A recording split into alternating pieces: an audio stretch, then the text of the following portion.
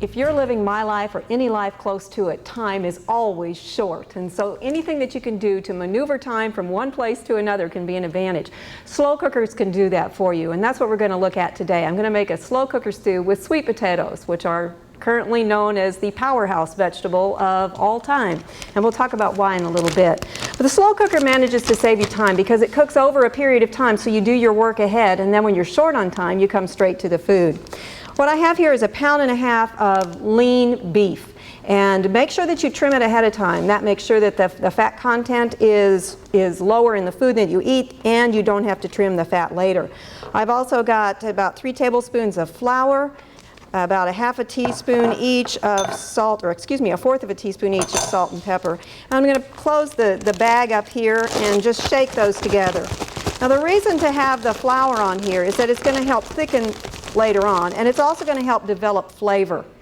I'm going to use about 1 tablespoon of just your ordinary vegetable oil, and when that's nice and hot, we'll mix the meat into that and begin to brown it. Now that browning will again help reduce the fat content later on and helps develop a lot of flavor. And perhaps more important with a slow cooker is to make sure that the food heats up quick. While you're going to let it cook in a moist heat situation for a long period of time, you do need to get it out of the danger zone, which would mean that you have to get it over 140 degrees within about 1.5 hours. And so we want to put the meat in hot, never ever frozen. It's best to put it in hot.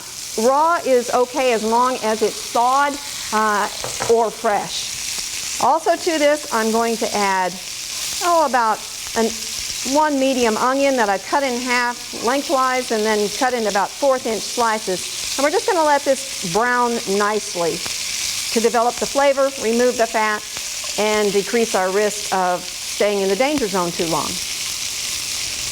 Once you get it brown, you don't have to do excessive, but just to kind of soften the onions up, you want to start getting it hot. We're also making sure that we use chunks of meat rather than big pieces because the chunks are also smaller and will heat to the center quicker, again allowing us to get out of that danger zone within the 1.5 hours that we need to.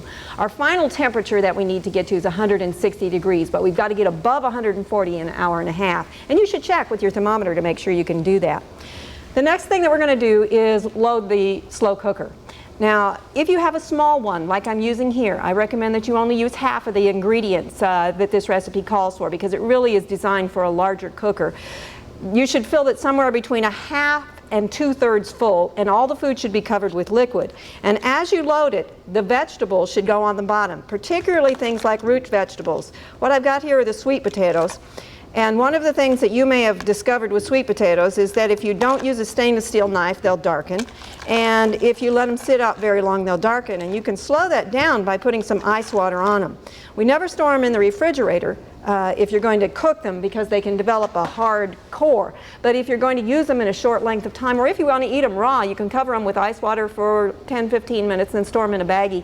And you can keep them in the refrigerator under that circumstance. But put them at the bottom of the cooker because they are more dense than the meat and they're going to take longer to cook. And I'm leaving them in fairly big chunks too because they're going to be in the cooker for a long time, 8 to 10 hours, and that'll be plenty of time for the heat to penetrate. If you cut them very small, they're going to turn mushy. All right. Sweet potatoes are extremely high in vitamin A. They are extremely high in vitamin C also. They have about half the amount of an orange, so they're pretty close in that category as well. They have over twice the amount of vitamin A as you need in a day, so in a single serving you can get maximum amounts of different things. Let's go ahead and load the meat on here next. That's going to go over the top with the onions. And again, you want to cover the sweet potatoes to make sure that they have plenty of liquid so that they can cook. Now we also want to make sure that we cover everything with liquid. And so I have a couple of things here. I've got about 1/2 teaspoon of cinnamon, which is going to really complement the flavor of the sweet potato. And then also we're going to add about 1/2 cup of beef broth. Now one of the things I've found is that with a small cooker like this, that really is not enough.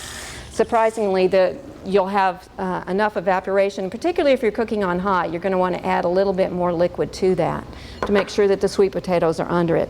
Then put it on low and let it set for about 8 to 10 hours. If you don't have that much time, you can set it on high for 4 to 5 hours.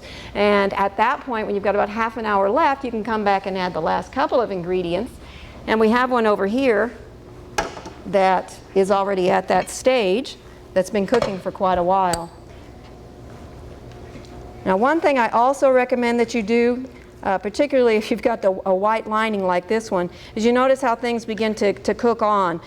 If you spray the inside of your cooker with a nonstick vegetable spray, that will help make it a lot easier to clean later on and reduce the amount of staining that you'll get. To this, I'm adding a cup of green beans that they were frozen, and I've thawed them, because again, we don't want to add frozen things that are going to raise us out of that hot temperature that we've got.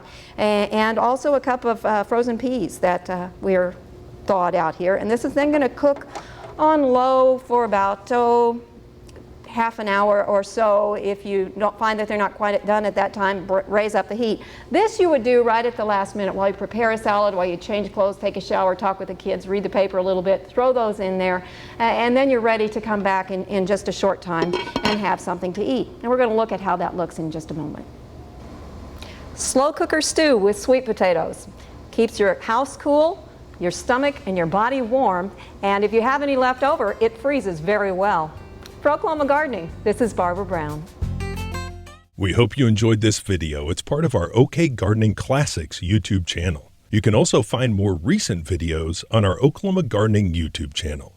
And join us on social media for great gardening tips, photos, and discussion.